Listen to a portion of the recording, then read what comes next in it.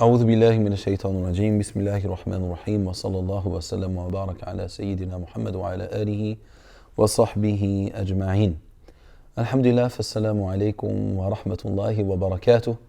Here we are once again, inshallah, revising Al-Ajurumiya, going over its words and the text with a little bit of explanation which is needed to understand the text in a general way. We said that the goal is not to teach it in a detailed way, because our goal is to go over the Ajurumiya and then get into Alfiyat ibn Malik.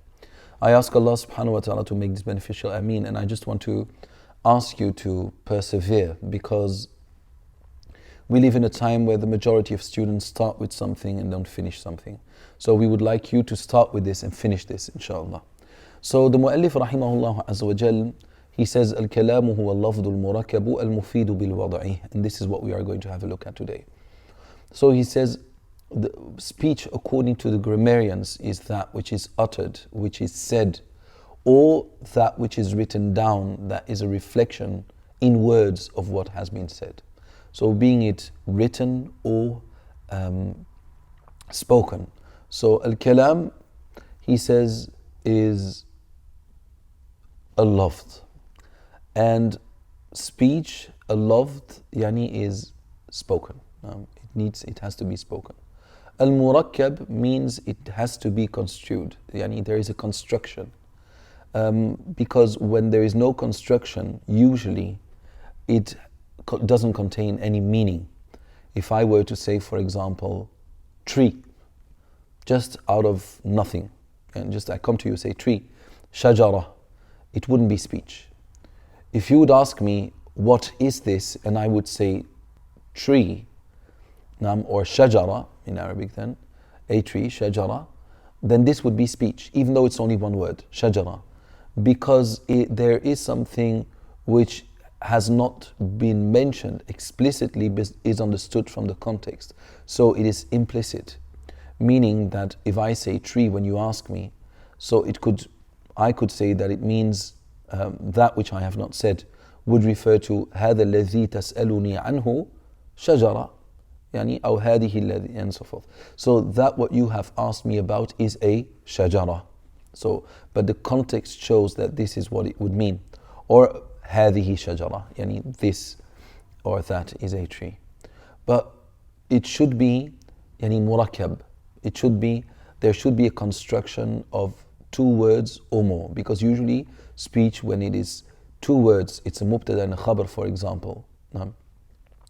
Like bustanun jamilun, yani a beautiful garden, and so forth. So two words would be sufficient to have a sentence that could be called speech, without regards this two-word sentence being both words of it explicitly mentioned, or if only one is explicitly mentioned, but that the other word or the sentence that has not been mentioned is understood from the context. So this, of course, when it comes down to fiqh, then an ishara, then pointing or a symbol or whatever, would be sufficient, isn't it?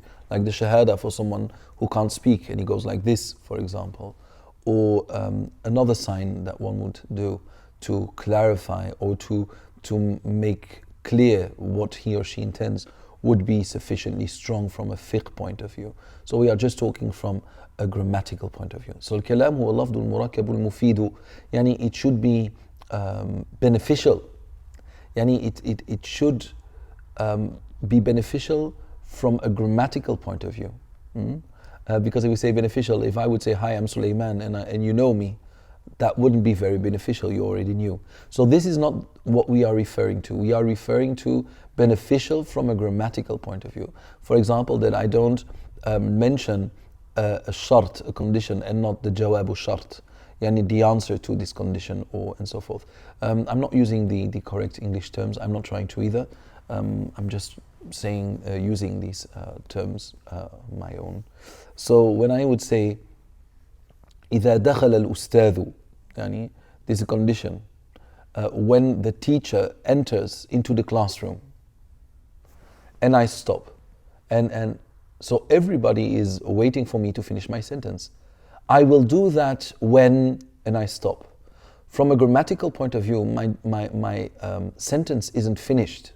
So I can't, deduct it. I can't deduct the sentence, analyze the sentence from a grammatical point of view. So this is what we mean when we say beneficial. It doesn't mean that if I would say, and you sit in front of me, for example here, I would tell you guys like, I'm in a mosque. You would just look at me and say, okay, we too. So that wouldn't be beneficial, but this is not what is meant. So we are going to analyze. So why are we mentioning these conditions? Because these conditions should be present before we even try to analyze an Arabic sentence from a grammatical point of view. So kalam huwa loved, it should be spoken or reflect something which is spoken in words. So written, spoken or written. Kalam huwa lafdul murakkabu, there should be a construction of a minimum of 2 words, being both words mentioned explicitly or one implicitly and one explicitly. Kalam huwa lafdul murakkabu al-mufidu, it should be beneficial. It means that the sentence should be complete. It should be complete from a grammatical point of view. So al-mufidu bil-wad'i, meaning that the sentence should entirely be in Arabic. Of course, surnames and names, they don't count. So if you would say دخل John إلى المدرسة, we would still analyze the sentence from a grammatical point of view, even though John is not an Arabic name, because this is the name of a person, so that wouldn't matter. But if I would say جئت بالكار إلى المدرسة في الأرلي صباح وأنا كنت joyful لأن أراك smiling, then this wouldn't be a sentence. Even though you understood most probably everything I said, but nevertheless, it is not a sentence. Why? Because I mixed it. I mixed it up. Subhanallah, there is a mixologist, they call it, someone who makes these cocktails and like merges one poison into the other until it becomes one bigger poison. So mixologist. So you were a mixologist from a grammatical point of view, and they are thrown out of the playfield of the grammarians. So you are no longer welcome. Bye bye. So these 4 conditions should be present. Al-kalam huwa al-lafdu al-murakabu al-mufidu bil-wada'i. And then he says al-kalam, yani the words we speak with can be divided into 3 categories. So this is the next class, inshallah tabarak wa ta'ala. وَأَقْسَامُ ثَلَاث اسم وفعل وحرف. Yani a noun, a verb, and a harf. And a harf, we can't just, translate it into one thing. So we are going to have a look at that in our 3rd class, inshallah, of Al-Ajurumiya, or revision of Al-Ajurumiya. I ask Allah subhanahu wa ta'ala to make this beneficial. Ameen. Wassalamu alaikum wa rahmatullahi wa barakatuh. If you have a question, you can ask that later, inshallah. I'm going to turn the phone off. Shukran.